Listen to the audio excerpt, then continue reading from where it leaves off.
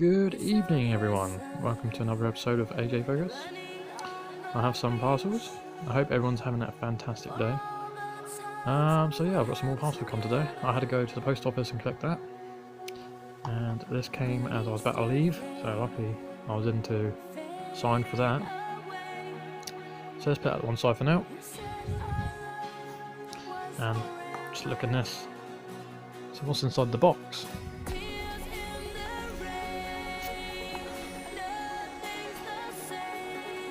Right, I'll use both my hands today.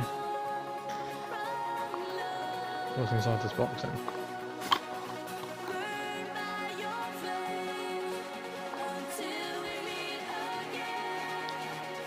Okay, so this is a Lambda, or however you want to pronounce it, Lambda sensor. This is basically just for the decat, because the Lambda sensor in my catalytic converter at the moment, the thread is knackered, so it's literally holding on to that cap by 2 pieces of thread.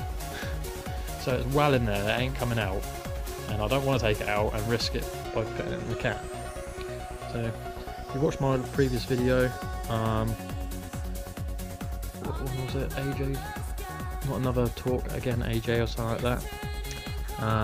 The main image is one of these, so if you go on there, I've linked the description and a number for eBay if you want to buy a Lambda sensor. This costs £35, so I thought it was quite reasonable. I'm sorry if my camera's really blurry. It is trying to focus, come on. Anyway, yeah, the ends are, the ends are the same. That will slot right in, no problem. Again, so sorry about my camera tonight. I hope you guys can just pick it out. And yet again, it is the same. So there's no difference.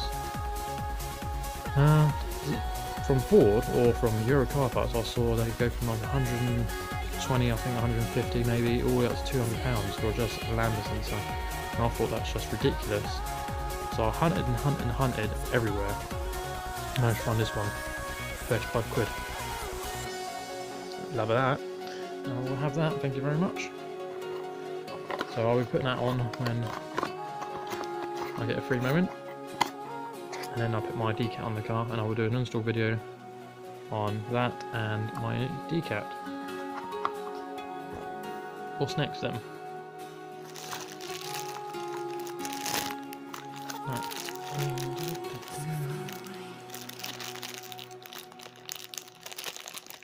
Don't worry, the focus is still there. I ain't done a video on it because there's nothing really to show. You don't really want to see me do little bits and bobs to it, do you? Like clean this, clean that, so don't want to bore you with a video.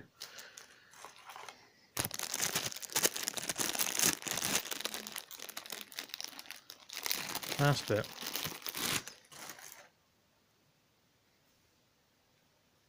And there it is.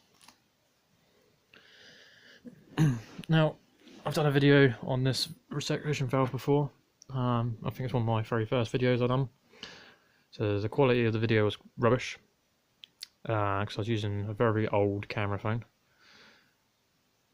Anyway, what we've got, this is a forged aluminum, however you want to pronounce it, recirc valve for the Focus ST. The weight of it is very weighty.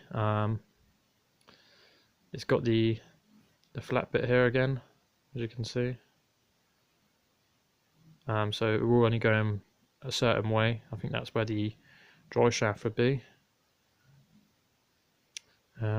Nipple, as you can see, it is a straight piece.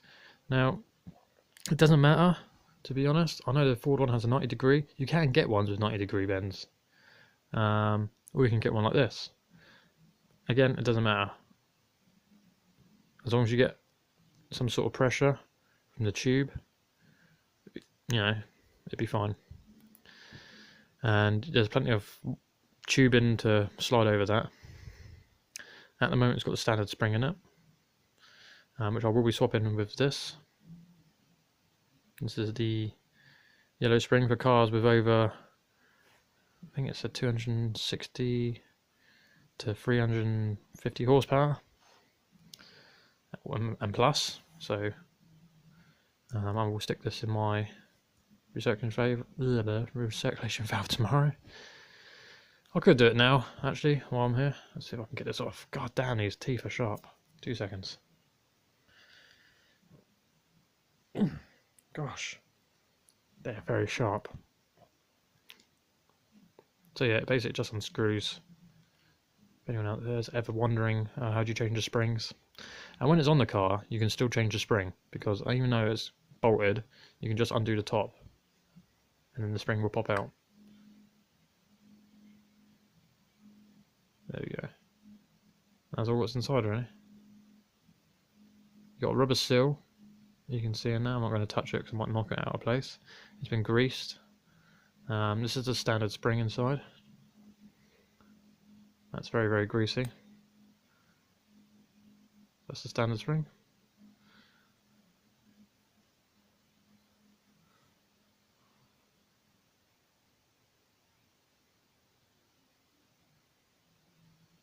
So you can see a sort of difference in the springs.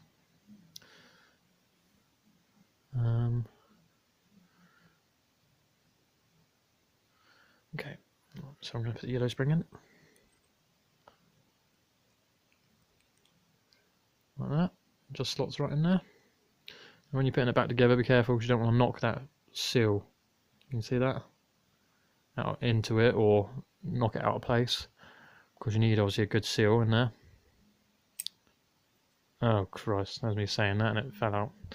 No, it's alright, it's alright. No, let's do it this way then.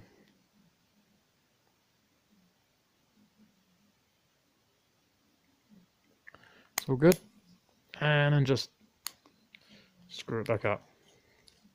Nice and tight. Of course you don't want no air leak, because you don't want to lose any boost. And there we go. And that's how you change a spring. Standard spring, upgraded spring. Yeah, that's tight. And that's it, that's very greasy. So yeah, there we go. 2 new items arrived, plus the third, which were the centre caps from my wheels. I must admit, they do look very, very nice. They finished the alloys off perfectly. I was looking at them on the way up from work earlier and I was like, yeah, that looks nice. That finishes them off. Who would have thought just have an ST logo on your wheels would look that nice. So I'm very happy with them. And they were the right size, 60mm. Now, thinking, oh, I'm going to get some centre caps of mine. I buy the same ones you got. Not all centre caps are the same size. I just don't know if I put that on my last video. They vary. Alright, so I would measure yours before purchasing any. I'll use one of these little didgeridoos. Alright, so use this bit to measure, and that's, there we go, there, 60mm. Okay, my battery died again.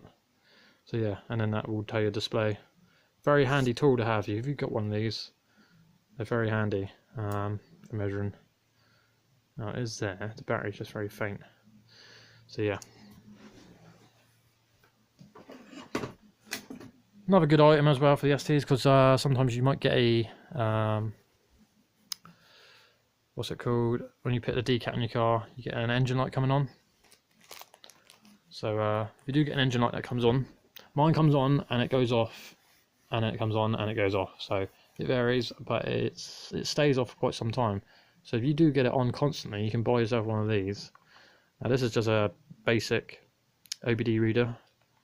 It just plugs straight in, and then you can go down to erase code, and then it'd be fine for another 200 miles.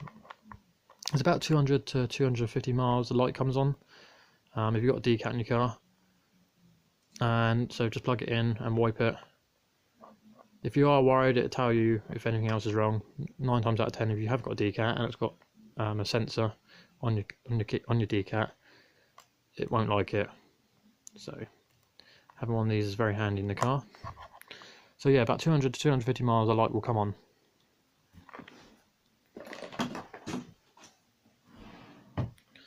And that is it. I've